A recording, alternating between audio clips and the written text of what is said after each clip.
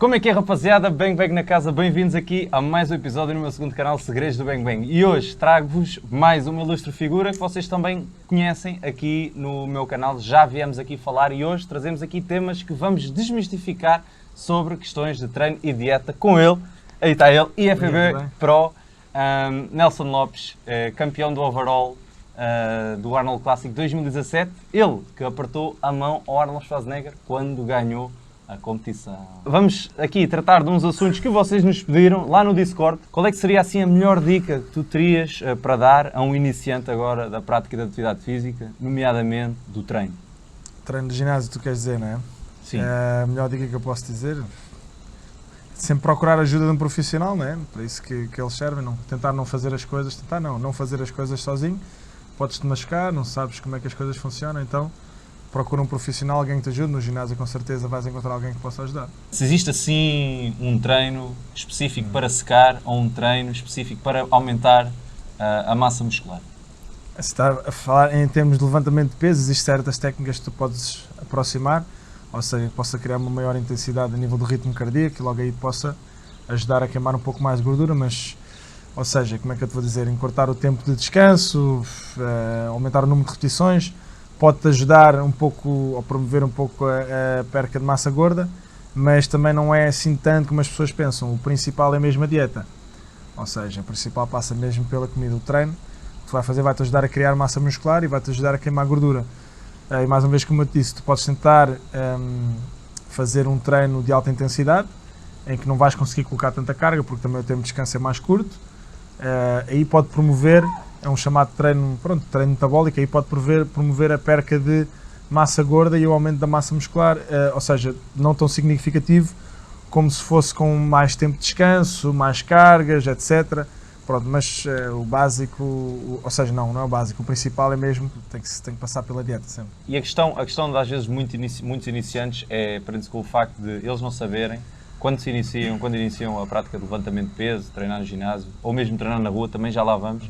Aqui a questão de se eles devem iniciar a fase de secagem ou a fase de aumento de peso, também chamado bulking e cutting, e achas que estes nomes também se aplicam a pessoas que estão agora a começar, ou é coisa para... Ou seja, são fundamentos aqui para atletas? Eu não gosto tanto da palavra bulking, não gosto tanto da palavra bulking, aumento de massa muscular. Agora, qual é que é a fase que as pessoas devem iniciar? Depende de qual é que é a fase em que elas estão, né? Se elas são pessoas que já têm alguma massa muscular mesmo sem treinar, porque depende dos físicos, depende de cada genética, de cada pessoa. Há pessoas que já têm alguma propensão para ter massa muscular e outras têm mais propensão para ter mais gordura. Certo. Então eu acho que o principal, o que se tem que fazer primeiro que tudo é começar a treinar, sem entrar tanto em fase de aumento de massa muscular ou fase de perca de gordura. Mas lá está, se uma pessoa está muito acima do peso ou está obesa, é claro que vai ter que começar diretamente com um programa de perca de gordura. Então, como eu disse, tem que começar a fazer isso, mas acompanhado de um profissional. Se a pessoa não tem nenhuma luz como é que funcionam as coisas, assim, se começar, a gente sabe que podemos comer saudável, comer pouco e começar a exercitar, que alguma coisa acontece, né? Mas depois chega uma certa altura, tens de começar a limar certas pontas e não vais conseguir fazer tudo sozinho. A menos que tu sejas uma pessoa bastante inteligente e comeces a procurar e a encontrar a informação certa, nos lugares certos, sejas mais autodidata, mas o melhor é sempre procurar um profissional, alguém que possa ajudar. Agora, se vai começar na fase de cut ou na fase de aumento da massa muscular, isso vai depender do estado atual da pessoa naquele momento em que vai começar, não é? Ok, certo. Também é o objetivo que ela tenha, não é? Sim, faz sentido. E o que é que tu achas sobre a questão de treinar no ginásio ou treinar na rua? São tipos de treino diferentes, não é? No ginásio, tu tens acesso a uma panóplia de máquinas que não tens acesso na rua. Não é que na rua seja menos eficiente, não será, depende do objetivo de cada um, mas chega a uma certa altura em que tu ficas um pouco limitado. Se o teu objetivo é o aumento da massa muscular, chega a uma certa altura ficas um pouco limitado porque não tens mais carga para poder trabalhar, não é? Então, mas se realmente o teu objetivo também não for aumentar muito, ou achares que trabalhar na rua, ou achares que chegaste a um ponto que realmente não tens necessidade de mais, continuas a trabalhar na rua a fazer os exercícios e estás contente e continuas, não há problema nenhum nisso, mas as diferenças são essas, principalmente para treinar as pernas também.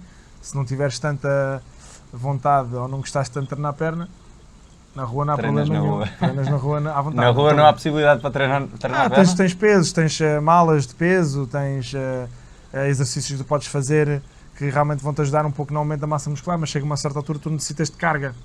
precisas ter carga, precisas de fazer leg press, precisas de fazer certas máquinas que te vão proporcionar o aumento da massa muscular. Não é que não possas aumentar as pernas também na rua, também consegues, mas chega a um certo ponto que estás limitado, não tens mais nada para trabalhar isso, percebes? Então não é que seja mau na rua e bom no ginásio, são apenas diferentes. Se tu te sentires bem num ginásio, vais para o ginásio. Se achares que não gostas de estar dentro do ginásio, preferes estar na rua, continuas a trabalhar na rua. Se chegas num ponto e achas, ok, estou bem, não preciso mais, continuas a trabalhar na rua. Se achas que necessitas de ir mais além no aumento da massa muscular, vais necessitar de mais carga. Podes arranjar uma forma de trazer pesos para a rua e treinar na rua, não é? Através de agachamento, barras, essas coisas todas. Tu podes trazer os pesos para a rua e podes treinar com eles na rua, não é? Mas não será tão confortável ou tão viável, digo eu. Mas se te apetecer e conseguires fazer isso, muito bem. Ok. E há a possibilidade, por exemplo, na rua, de utilizar outras técnicas, por exemplo, técnicas de cadência, em que a gente agarra e fica na barra a aguentar o máximo tempo possível? Claro que sim, são aproximações diferentes, como eu disse, do treino. Treino de isometria, coisas do género. Sim, também promove o aumento da massa muscular. Não digo que não, é como eu te disse.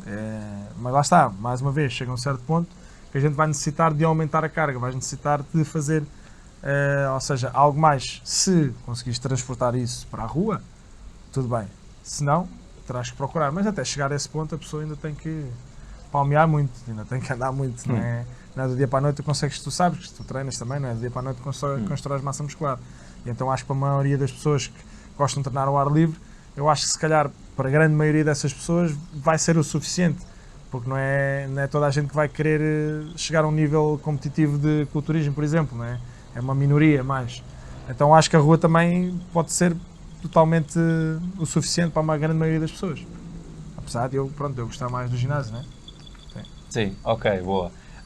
E o que é que achas sobre aquela questão que nos colocam muitas vezes, principalmente pessoal aí novo, que diz que já tem um desporto favorito, já pratica desporto 2, 3 vezes por semana, mas depois quer também começar a treinar ginásio para aumentar, digamos, para melhorar o shape, não é? O que é que tu tens de dizer a essas pessoas? Essas pessoas normalmente estão muito confusas, não sabem se devem fazer ginásio também, elas nem conseguem conciliar estas duas atividades. Qual é que seria a melhor abordagem? A melhor abordagem é a pessoa arranjar tempo, não é? Como é que isso se faz? Isso vai ter que abdicar de certas coisas, fazer escolhas. Agora, se não tem tempo para fazer, não tem como fazer. Como é que eu posso ajudar uma pessoa assim? A pessoa tem que arranjar o tempo e depois de arranjar o tempo, tem que fazer. Agora, já pratica um desporto coletivo, ou seja lá o que for, mesmo não seja coletivo, e tem vontade de aumentar um pouco a massa muscular e tem que fazer trabalho de ginásio para isso. Quem diz ginásio tem que ser trabalho de peso, né? Tem que haver peso, tem que haver carga para poder conseguir desenvolver a massa muscular, seja uma carga através dos pesos, através da cadência, da isometria, seja lá o que for, necessita de fazer um trabalho de musculação, seja dentro ou fora do ginásio. Para a pessoa fazer isso, a única coisa que tem que fazer é arranjar tempo. E vai fazê-lo e pronto. E a nível daqui uma questão que se prende muito com a questão de treinar mais vezes por semana, é a recuperação, que eu acho que é muitas das vezes o que essas pessoas às vezes sentem. Às vezes têm receio de, eu treino futebol 2 vezes por semana, depois não consigo aqui jogar, não consigo conciliar com o treino de perna, por exemplo. Como é que... Isso é muito pessoal, sabes? Depende de pessoa para pessoa. A recuperação, para uns é um pouco mais, para outros não precisam recuperar tanto. Jogar futebol e treinar perna, estás a dizer, uma pessoa quer aumentar a massa muscular nas pernas, mas ao mesmo tempo também joga futebol. Estás a dizer isso.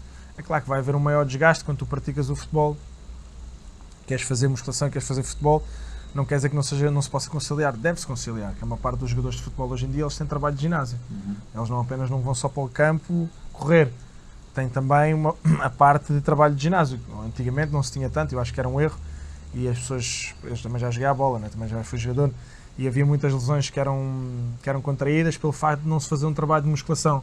E quando se ia ao ginásio, tinha muita tendência a trabalhar apenas o quadríceps, sendo que o maior foco de lesões até é no teu isquiotibial. Né? Então, ou seja, não fortaleciam os isquiotibiais, fortaleciam muito o quadríceps, o que era uma coisa que estava totalmente errada. Agora, voltando aqui à questão do aumento da massa muscular, se não se pode conciliar, pode-se conciliar.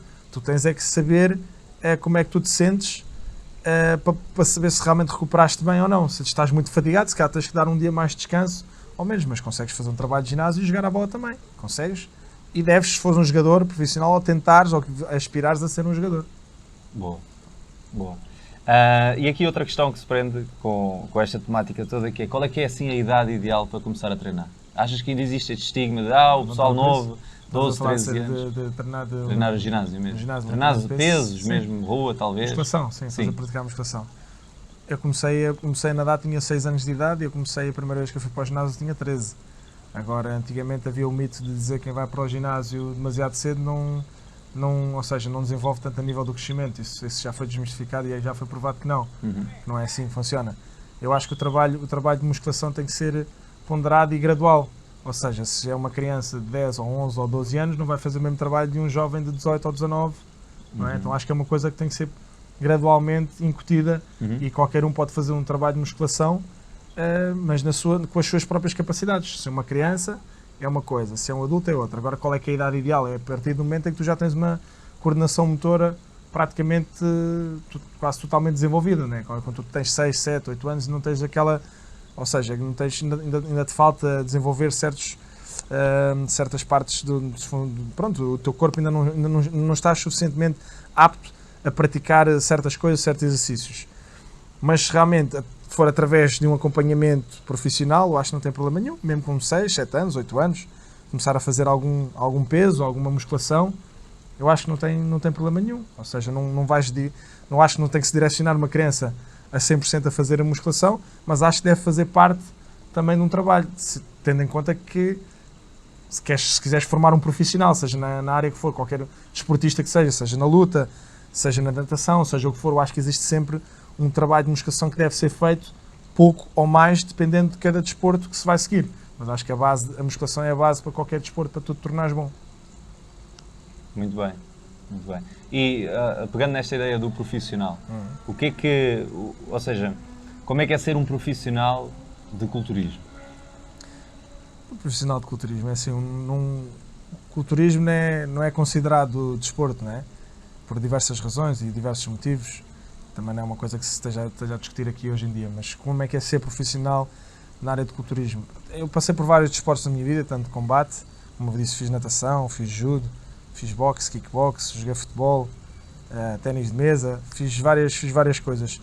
E a musculação surgiu, tinha eu cerca de 13 anos, com o meu pai, comecei a ir ao ginásio, comecei ali a levantar uns pesos, pronto, não sabia bem o que estava ali a fazer, meu pai ajudava-me e tal, mas pronto, era giro, era engraçado. Porque eu queria me tornar mais forte também para os esportes de combate, então comecei a fazer algum trabalho de musculação por causa disso. Como é ser profissional nisto? Ou seja, o que é necessário fazer como qualquer outro desporto, não é? Tu tens natação, tens luta, a pessoa tem que estar 100%... Isso é normal, como é que é? Tu estás a falar nesse sentido? Sim. De profissional, o que é necessário para ser profissional, como qualquer outro desporto, ou não, mesmo sem ser desporto, seja qual for o trabalho que tu tenhas, se tu quiseres subir e quiseres ser bom, tens de ter dedicação. Seja lá o que for que tu fizeres, não é? Se não tiveres dedicação e não corres atrás do que tu queres, nunca vais conseguir subir, seja na carreira, ou seja no desporto, ou seja como profissional, ou seja na tua vida privada. É esforço, tens que sempre esforçar-te o máximo possível para conseguir chegar mais além. Exatamente. Isto é a mesma coisa para qualquer coisa. Exatamente. Muito bom. E a nível de acompanhamento, personal trainer, já vi que és bastante apologista disso e acho que é muito importante. O que é que um PT, ou um preparador, neste caso, pode trazer a uma pessoa que está agora a iniciar e que sabe quase zero, se vê uns vídeos no YouTube? Conhecimento, não é? Conhecimento. Uma PT coisa é tu veres no YouTube, outra coisa é teres alguém ali ao teu lado a ajudar. Se tiveres a capacidade monetária para fazer isso, muito bem. Se não tiveres, tenta pelo menos ir a um ginásio onde tenhas instrutores que te possam dar algum apoio. Sim. Dar um primeiro plano, explicar os exercícios, para tu possas fazê-los sozinho, mesmo que não consigas ter capacidade financeira para poder pagar a um PT, não é? Eu acho que tens de procurar alguma ajuda para perceberes um pouco como é que as coisas funcionam e por aí conseguires, e por aí tentar seguir sozinho, não é? Já viste que muitas pessoas que vão falar, é muito fácil falar, mas um PT é caro. É verdade, não é barato. Tendo em conta também o nosso salário médio e o nosso nível de vida em Portugal, eu sei que não é fácil para as pessoas conseguirem ter um PT, mas tenta pelo menos procurar alguém que te possa dar os primeiros passos e explicar as coisas básicas e depois vais aprendendo à tua própria custa. Não é? Mas pelo menos o início acho que tinha que ser acompanhado por alguém.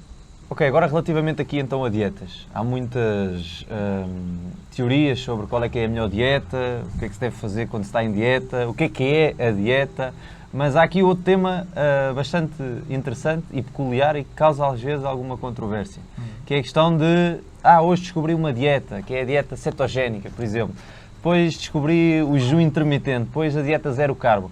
O que é que, se vale a pena, achas que vale a pena para ti, na tua opinião, para o pessoal que está a começar agora, enverdar por este tipo de via, destas novas dietas? Achas que traz mais resultados a curto prazo e a longo prazo? O que é que tu achas? Todas elas são dietas, são formas de fazer a dieta, são formas diferentes. Para quem está a começar, eu acho que só tem a começar a comer saudável, o mais saudável possível, não é? Também, se uma pessoa estiver acostumada a comer todos os dias, sei lá, doces e gordura e coisas fritas, retirar tudo vai ser difícil. Isto é como o tabaco, é como qualquer outra droga, né? Tem que ser gradualmente. Sim. Por isso é que mesmo os toxicodependentes não lhes tiram totalmente a droga. Dão-lhes metadona. Estou-te a dar um exemplo porque isto é a mesma coisa. Claro. Quando tu estás acostumado, o teu corpo está viciado naquilo, é como o tabaco. Também o tabagismo é a mesma coisa, também não tiram logo. Vão-te dar os pensos, vão-te dar soluções, pastilhas. Tem que ser gradualmente. A dieta é a mesma coisa. Para começares a comer saudável. De repente tiveste a vida toda a comer mal. Ou a comer apenas coisas gordurosas e açúcar e essas coisas todas, e refrigerantes. De repente tiras tudo, vais entrar em parafuso, não vais conseguir. Isso é a maior parte, a maior parte das pessoas que começam a ter esse erro. Agora é que vai ser, agora a minha vida vai mudar. É o 8 ou 80. Há uma muito pequena percentagem neste mundo, neste planeta, de pessoas que conseguem fazer isso. Passar do 8 ao 80 e do 80 para o 8. E a grande maioria não vai fazer isso. Então o que é que a gente tem que fazer? Uma coisa gradual. Se tu estás habituado a comer sempre açúcar e gordura, quando eu digo, estes fritos, essas coisas todas, batatas fritas, essas que a gente já sabe como é que é. Sim. Que eu também às vezes como, é verdade, não é a toda hora, mas às vezes como. Claro. Se estás acostumado a fazer isso, tiras tudo de repente, vais aguentar uma semana, 2, 3, será que sim, será que não? A grande maioria vai desistir. Então é gradualmente, começas a introduzir, supostamente, não tem que ser assim, mas depende de pessoa para pessoa, vá, metade saudável, metade não tão saudável e continuar a manter certas coisas que as pessoas têm muita dificuldade em largar. A grande maioria pode ser refrigerantes ou chocolates. A grande maioria, geralmente, há mais à volta disso, não é? Coisas com gordura e frituras e tal, as pessoas até conseguem mais ou menos contornar, mas a maioria é o açúcar. O açúcar cria uma dependência muito forte. Pronto, o açúcar e os refrigerantes também têm açúcar. Sim. E as pessoas vão falar às vezes da cola zero e tudo mais, ok, não tem açúcar, não tem adições de açúcar, mas não deixa de ser uma bebida que causa dependência na mesma. E é uma coisa que contém muitos químicos. Então a gente já vamos com tantas coisas que têm químicos, mais uma coisa, mas pronto, se não consegues retirar, não retiras, começas por deixar apenas o que tens mais dificuldade em retirar e fazer o mais saudável possível. E depois assim progressivamente vais retirando, em vez de tomares todos os dias depois uma cola, estou a dar uma cola, como pode ser outra coisa qualquer, não é? Pode ser um chocolate, não quer que este vídeo viralize as pessoas e que a Coca-Cola venha me processar. Mas pronto, o que eu estou a dizer é que as pessoas sabem e têm a noção disso, que é demasiado, é mau. Tomares uma cola de vez em quando ou comeres um chocolate de vez em quando, não há problema nenhum, uma vez ou duas por semana, até se deve ser ou 3, até, pá, não é por aí que vais adoecer ou que vais engordar e tudo mais. Agora, tentar reduzir ao máximo todas as coisas que tu sabes que estão mal na tua dieta, os tais refrigerantes e chocolates, todas essas coisas também reduzir ao máximo possível. Se tiveres que comer todos os dias, comes, mas faz o resto da dieta toda saudável, o mais saudável possível. Contar quantidades de comida. Acho que vale a pena, que sim, mas isso tem que ser, lá está, individual de cada pessoa. Se a pessoa tem muita fome, se tem necessidade de comer, se já está a comer coisas que não está acostumado a comer e que não é muito agradável ao paladar, se ainda estiver muito restringido caloricamente, vai ser pior ainda. Então começa-se por comer uma quantidade generosa de comida saudável e uma ou duas coisas não saudáveis e progressivamente vai-se diminuindo a quantidade da comida, mesmo sendo saudável, e retirando as coisas que não são saudáveis da dieta. E assim vais chegar ao teu objetivo. Muito bem, muito bem. Cetogénica, estavas a dizer, não é? Sim, a cetogénica, por exemplo, a zero carbo. Zero carbo, estás a falar se são boas, são todas boas. Depende de cada pessoa. Não é? Há pessoas que dão-se muito bem com o jejum intermitente e está provado que funciona. Sim, sim, sim. Mas tens que, por causa do teu pico de insulina, não sei o quê, as pessoas falam às vezes isso, está bem. Mas tu não és diabético. Se for uma pessoa diabética, se calhar já não vai ser possível fazer uma dieta de jejum intermitente. Porquê? Por causa que a condição de saúde dela não lhe permite que o faça. Agora, se és uma pessoa saudável, não tens problemas, se funcionar bem contigo o jejum intermitente e não tiveres problemas nem efeitos colaterais nenhuns em relação a isso, porque não? Sim. Eu não gosto de fazer jejum intermitente, não me sinto bem em fazer, não me sinto bem, que eu digo, eu sinto muito irritado, já experimentei fazer, não é o final do mundo, consigo aguentar, mas não é uma coisa que me sinto muito à vontade em fazer e Sim, também acho sim. que não tem necessidade Sim. para o meu corpo, acho que não sinto que seja muito tão benéfico assim. Não descurando a hipótese de eu poder vir a fazer 2 para amanhã, realmente tentar fazer e realmente sentir que resulta comigo, mas neste momento, na fase em que eu estou, não acho que seja o mais benéfico para mim. No futuro não sei, mas todas elas funcionam. A cetogénica também, que é alta em gorduras boas, em proteína e baixa em carboidrato, também funciona bem. Mas está, mais as principais cetogénicas, jejum intermitente, Zero carbo, por exemplo. zero carbos também podes fazer durante uma certa fase. Sim, Mas sim. o nosso corpo depois também necessita de algum carboidrato, Sim. não é? Que é a energia, a gente Claro, necessitamos. claro. Apesar de que o nosso corpo é inteligente e quando necessitamos de energia, ele também vai transformar outras fontes na energia que a gente necessita. Sim.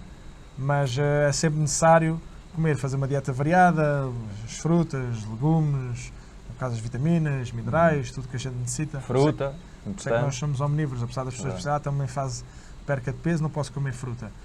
Podes não fazer durante um certo tempo, tudo bem, vou comprar vitaminas ao supermercado ou à farmácia e vai substituir. Sim, é verdade, podes andar assim durante um tempo. As pessoas que são vegan também, epá, nada contra, como eu digo, há certas coisas que vão necessitar e tem que ir buscar a algum lado, nem que seja através de vitaminas comprimidos ou injetáveis, ou seja lá o que for, necessitam, né? Porque nós somos omnívoros, fomos feitos para comer tudo um pouco. Agora, tendo em conta a opção de cada pessoa, eu respeito, eu acho que não há nada de mal e que o devem fazer se sentem bem com isso, mas pronto, é-se tentar procurar uma monitorização de um médico. Recebi uma mensagem de um subscritor que estavam a perguntar porque é que estagnou o seu físico, ou seja, o seu shape. Ou seja, a nível de resultados, já estava há um longo período de tempo em que não via resultados, não via melhorias, fosse na carga, fosse no desempenho nos treinos, fosse propriamente no físico em si. Ele estava sempre a fazer a reportagem fotográfica para avaliar semana após semana e mesmo a nível de peso não via grande diferença. E porquê é que há esta ideia de que, eu cheguei a uma altura, estagnei, já não consigo mais? Durante quanto tempo é que ele teve a fazer isso, não sabes? O quê? Essa tal acompanhamento de evolução? A reportagem fotográfica. Tenho a ideia que foram para aí 2 meses. 2 meses. Isso é normal que os resultados começam a minimizar. Era uma pessoa que nunca treinava, depois começou a treinar, é isso? Sim. Do nada, começou de repente a treinar. Normal que os primeiros meses ele vai ter muitos resultados. Mas depois começa a abrandar, não é? Yeah. Todos nós temos um limite e até vai chegar a uma certa altura em que anos e anos de treino e que ele não vai passar dali. Não vai conseguir levantar mais do que 100 kg ou não vai conseguir correr mais do que 100 metros se correr em 14 ou 15 segundos já é muito rápido. Se não, os campeões correm 9 pontos não sei dos quantos segundos. Pronto, então todos nós, por isso é que temos um limite genético. Não quer dizer que ele já tenha chegado ao dele, mas é natural que os resultados agora sejam muito poucos e o que ele tem que procurar é outras aproximações de treino e outro tipo também de dieta, tem que procurar soluções para tentar conseguir chegar mais além, continuar a progressão. Mas a progressão vai ser muito mais reduzida a partir deste ponto, porque ele nunca treinou e começou a treinar. É normal que o corpo responde muito bem ao início, mas depois começa a estagnar. Por isso é que atletas profissionais, cada detalhe conta, porque são pessoas que já são muito treinadas, já têm muitos anos de treino no corpo. Depois existem vários fatores, existe a idade, existe a genética, existe tanta coisa que influencia nos nossos resultados. Então aquele tem que ter paciência e procurar outras soluções a nível de treino e a nível de dieta para tentar continuar a ter resultados. Mas vai acabar por um dia, depois de anos e anos de treino, que não vai conseguir ter muitos mais resultados. Tem que recorrer a outras coisas, ou uso de drogas, tudo mais, para conseguir passar mais além. Todos nós temos um teto, todos nós temos um limite. O teu pode ser um teto mais elevado que o meu pode ser um mais elevado que o teu, mas chegamos todos a um ponto que não tem como mais e temos que nos conformar com isso. Não estou a dizer que é o caso dele, porque ele começou a treinar há pouco tempo, tem que procurar soluções. Mas é só para ele saber que realmente não é assim tão fácil como parece. Boa. E a nível, por exemplo, de abordagem de treino, tu falaste aí, é preciso, por exemplo, dar novos estímulos ou trazer novas Claro, sempre. aproximações? Que coisa, dá aí, por exemplo, exemplos? As cadências, ou seja, se és praticante de musculação, é começares a adotar certas outras técnicas, sei lá, existem coisas de drop sets, em que tu fazes um exercício em que fazes, por exemplo, 10 repetições com uma certa carga, tu sabes que chegas ao limite ali a partir da 8ª, 9ª repetição, reduzes carga, continuas a fazer, reduzes, continuas a fazer até à total exaustão do músculo, pirâmides, ou seja, começares com uma carga mais leve e nos próximos sets ires aumentando a carga e reduzindo as repetições, sei lá, as cadências, que é a velocidade em que tu fazes a performance, fazes fazer a repetição, Sim. mais lenta, trabalhar em contração mais excêntrica ou mais concêntrica. Excêntrica, quando tu, por exemplo, dar um exemplo, quando estás a aguentar o peso, que é contração excêntrica. Concêntrica é mais na fase em que tu, supostamente, pronto, vamos muito basicamente falando, quando empurras um peso, estou a falar do peito, podia ser o mais fácil para as pessoas perceberem. Quando empurras o peso, a fase concêntrica, se vais trabalhar em explosão, existem várias aproximações, mas isso lá está, ou ele faz uma pesquisa, ou a pessoa faz uma pesquisa, ou então procura um profissional para lhe indicar, para lhe dar as dicas para como tem que fazer as coisas. Não é? Ok. E qual é que tu achas que é assim, o volume ideal para uma pessoa que está agora a começar? Porque às vezes há aquela ideia de, ok, vou começar no ginásio, vou passar lá ficar a treinar durante 7 horas seguidas, com o exercício A, B, X, D, H, J, e portanto qual é que seria aqui? A gente já sabe que existe um meio termo, não é? Está provado que se tiveres cerca de uma hora, se fizeres cerca de uma hora de treino, uma boa intensidade, será o suficiente para promover um ganho de massa muscular. Pode ser entre 30 minutos a uma hora e meia, para pessoas. Depende do tipo de treino que estás a fazer, depende muito do que é que tu estás a fazer, mas cerca de uma hora de treino, será o suficiente para a pessoa conseguir obter resultados a nível de aumento da massa muscular. O número de exercícios vai depender às vezes de cada grupo muscular, mas será sempre à volta de 4, 5 exercícios, cerca de 3, 4 séries, entre 15 a 10 repetições. É mais ou menos dentro destes parâmetros que vais conseguir ter um desenvolvimento da massa muscular. Não é? Depois vais adaptando com o tempo, consoante vais tendo os resultados. Vais vendo o que é que tu gostas mais e como é que tu te sentes melhor, o que é que deu mais resultados e vais adaptando. Mas para isso, ou descobres sozinho ou procuras um profissional. Mais uma vez, no início deves sempre procurar alguém que te ajude. Esta é a base, então. A base de qualquer... Não fazer cagada, desculpa. Exatamente. A base de qualquer iniciante é, sem dúvida, procurar um profissional, porque lá está, o profissional já passou por todas essas fases e também, se calhar, cometeu erros que, se ele não procurar um profissional, vai cometer. Já eu cometi muitos também. É normal que isso aconteça. Sim. Para a gente aprender, temos que errar. Exatamente. Não sempre, mas muitas das vezes assim é. A nível da flexibilidade, que é algo que sinto que algumas pessoas também menosprezam, acham que não é importante. É verdade. Achas que para um atleta ou para uma pessoa que pratica musculação, a flexibilidade é sim importante? Para qualquer pessoa é. E até que ponto é que traz benefícios? Eu contra mim falo, porque eu já menosprezei muito também a flexibilidade, às vezes por tempo, por ter o tempo contado e ter muitas outras coisas a fazer. Houve uma altura na minha vida em que eu promovia muito a flexibilidade, porque eu também fazia desportos de combate, então eu sempre quis ser flexível. Houve uma altura que já descurei, que já não me focava tanto nisso e realmente senti que o corpo não responde da mesma maneira, mais suscetível a lesões, então a flexibilidade é uma coisa bastante importante e que não se deve descurar. Eu mesmo contra mim falo porque eu não tenho prestado tanta atenção como eu deveria e tenho que voltar a prestar mais atenção a isso, porque realmente a flexibilidade é uma coisa muito importante. Aquela coisa, faz o que eu digo, não faço o que eu faço, né? Mas tenho que voltar a fazer mais, estou a falar contra mim. Também não sou perfeito, né? Mas pronto, claro. Vou tentando limar as coisas consoante o tempo vai passando. Mas lá está, é tudo questão de objetivos e de o que é que tu colocas à frente, não é? Quando tens muita coisa para fazer, ou seja, eu tinha só o tempo disponível para fazer o treino de musculação e então descurava um pouco a parte da flexibilidade, coisa que não está certa, não está correta. Sim, até porque o treino da flexibilidade após o treino, tem que ser ali uns 10, 15 minutos. Assim, é o alongamento, não é treino de flexibilidade, é um alongamento. Flexibilidade já é um trabalho mais avançado, é diferente, né? Mas a flexibilidade, mas o alongamento é uma coisa que tem que ser, ou deveria ser feita para ajudar também na recuperação, para evitar dores musculares, não vais deixar de ter dores musculares se fizeres o treino de alongamento, mas ajuda um pouco a evitar. Ou seja, porque ajuda o músculo, ou seja, a faixa, que é a parte da membrana que envolve o nosso músculo, a voltar à forma inicial antes de começar o treino. Então é importante fazer alongamentos, apesar de eu muitas vezes não fazer, mas tenho que fazê-los. Ok, boa. E a nível de suplementação, nós já falámos aqui de dieta, treino, falámos um pouco, quer dizer, pouco falámos sobre descanso, mas também é algo importante, não é? O descanso. Bastante importante. E que também o pessoal às vezes pensa que isto não é um triângulo, não é? Pois. Que é só comer e treinar e depois o descanso é bastante importante. São vários fatores. Mas já lá vamos. Agora, a questão da suplementação. Há aí pessoal a perguntar se deve tomar creatina quando começa a treinar, quando é que se deve tomar a creatina, se é preciso tomar pré-treino, BCAAs, proteína, pós-treino.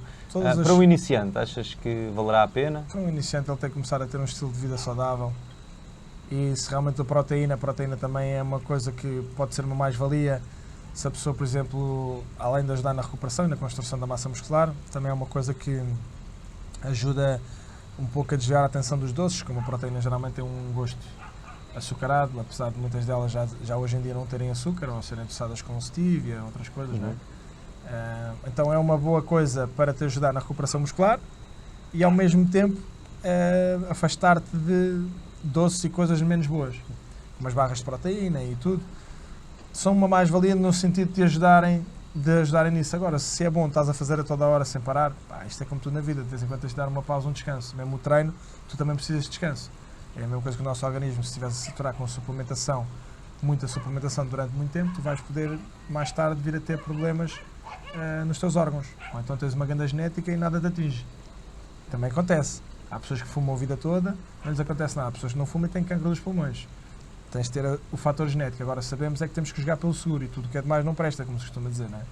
Então é isso. A suplementação acho que ela é uma mais-valia. A creatina também é muito boa. Glutamina, proteína. BCAAs também está provado que ajuda também um pouco. O pré-treino já vai de pessoa para pessoa, se tem necessidade ou não de tomar um pré-treino, para lhe dar mais energia para o treino. Depois existe muita outra suplementação que é muito mais específica. A ômega 3 também é importante, probióticos, para tu teres a tua função, se o teu estômago não trabalhar bem, o teu intestino não trabalhar bem, a absorção não ocorre e não consegues ter os ganhos que tu necessitas, não consegues ter os resultados que tu necessitas. Há certas coisas que eu considero importantes, por exemplo, probióticos, e apesar das pessoas não darem muita atenção a isso, acho que é uma das coisas mais importantes, porque se o nosso estômago não funcionar bem, a nossa digestão não funcionar bem, o nosso corpo não vai assimilar bem os nutrientes. E mais uma vez eu digo, as pessoas que querem tomar bastante suplementação, não é por causa disso que vão ter muito mais resultado. Tem que se fazer o trabalho, tem que se comer bem, tudo o que a gente necessita existe na comida. A suplementação, como o nome diz, é suplementar, é algo mais, é um pouco de ajuda a mais. Se tu achas que não consegues encontrar tudo na comida e não faz a pesquisa, ou não tens uma pessoa que te diga, olha, tens de comer isto para preencher tudo o que tu necessitas para preencher, ou seja, a suplementação pode-te ajudar um pouco aqui e ali, mas não se fiem tanto na suplementação porque não é ela que vai fazer o milagre. A creatina se podem começar logo a tomar desde o início. Podem. Vai-te ajudar. A proteína também vai-te ajudar. Agora, se realmente tens uma necessidade imensa de fazer isso, acho que não. Acho que tens de começar primeiro por criar bons hábitos alimentares, criar uma rotina de treino, ver algum resultado, depois a partir daí começares a introduzir essas coisas. Lá está, mais uma vez, se tu tiveres a necessidade de doce e coisas do género, a proteína, além de te ajudar na recuperação muscular, é uma coisa também que te ajuda a afastar das coisas que tu não deves comer. E é por aí que eu acho que a suplementação tem que ser encarada não como uma coisa principal, mas como uma coisa secundária. Tu achas que por meio da alimentação, nós conseguimos ter uma boa gestão e um bom funcionamento dos órgãos? E com que aproximação, isto é, com que tipo de alimentos é que é necessário? Que tipo de alimentação? Assim, pronto, eu não sou nutricionista, então posso te dizer algumas... Pela tua experiência. Pela minha experiência, o que é que eu acho? É como eu disse, pela experiência que eu tenho, é que tentares comer o mais saudável possível. Tu achas que os legumes, por exemplo, frutas... Sim, frutas, sim, são coisas essenciais que eu acho que realmente vão-te ajudar no teu bom funcionamento, do teu estômago e dos teus intestinos, são coisas essenciais, por isso é que sempre desde pequenos nós escutamos que temos que comer sopa, os legumes, que temos que comer fruta, e realmente temos. Não tem como tu fugires disso. Só lá está, se através de suplementação conseguires compensar o que está a faltar nos alimentos que tu costumas comer, conseguires compensar com vitaminas e outras coisas que só encontras mesmo nos legumes e na fruta, não é? Então, nós somos omnívoros, não somos carnívoros, nem somos... Esta é a minha opinião, não é? Sim. E totalmente válida. Portanto, é isso. Tens mais alguma coisa para adicionar? Dizer aí ao pessoal, alguma dica extra? A única coisa que eu posso adicionar é, mais uma vez, procurem quem sabe, em vez de tentarem... Isto é ao alcance de todos, não é? Hoje em dia, vocês entram no ginásio e... Exatamente, está ao alcance da gente, mesmo procurarem coisas na internet, mas tentarem ver fontes válidas, não é? Pessoas que falam à toa sem saber o que falam. Eu contra mim falo também, eu não sou médico, eu não sou nutricionista, eu não tenho a formação que um médico tem para poder aconselhar as pessoas, tenho a minha experiência própria, o que eu venho a aprender, os cursos que eu fiz, né, que me ajudaram a aumentar o meu leque de informação, né, tudo o que eu sei, e mesmo assim sei pouco, cada vez aparece mais coisas, cada vez existe mais informação, comparado a certas pessoas eu sei muito pouco, né, sei o básico e eu não sou uma pessoa de arriscar, eu acho que devem ser assim, joguem pelo básico, não arrisquem, escutem mais com o que falam, que às vezes esse é que é o problema, a gente fala mais com o que escuta, escutem mais do que falam e tentem tirar a melhor informação e comparem com outras coisas e tentem procurar e buscar a melhor informação e o que faça sentido, o que tenha sentido, não é? Não é que há pessoas que às vezes falam certas coisas e não fazem tão sentido, tentar procurar mais do que uma opinião e não se ficarem só por uma pessoa. Muito bem, muito bem. Portanto é isso, pessoal, espero que tenham gostado aqui deste podcast de esclarecimento de dúvidas, as vossas dúvidas que vocês fizeram chegar através do meu e-mail e também através do Discord e todas as outras plataformas. Portanto já sabem, se tiverem mais questões, façam questão aqui de comentar em baixo. Depois poderemos fazer parte 2 aqui deste vídeo, a dar mais informações aqui com o Nelson Lopes. É isso aí, mais uma vez, obrigado. Obrigado. Estamos aí, bang bang!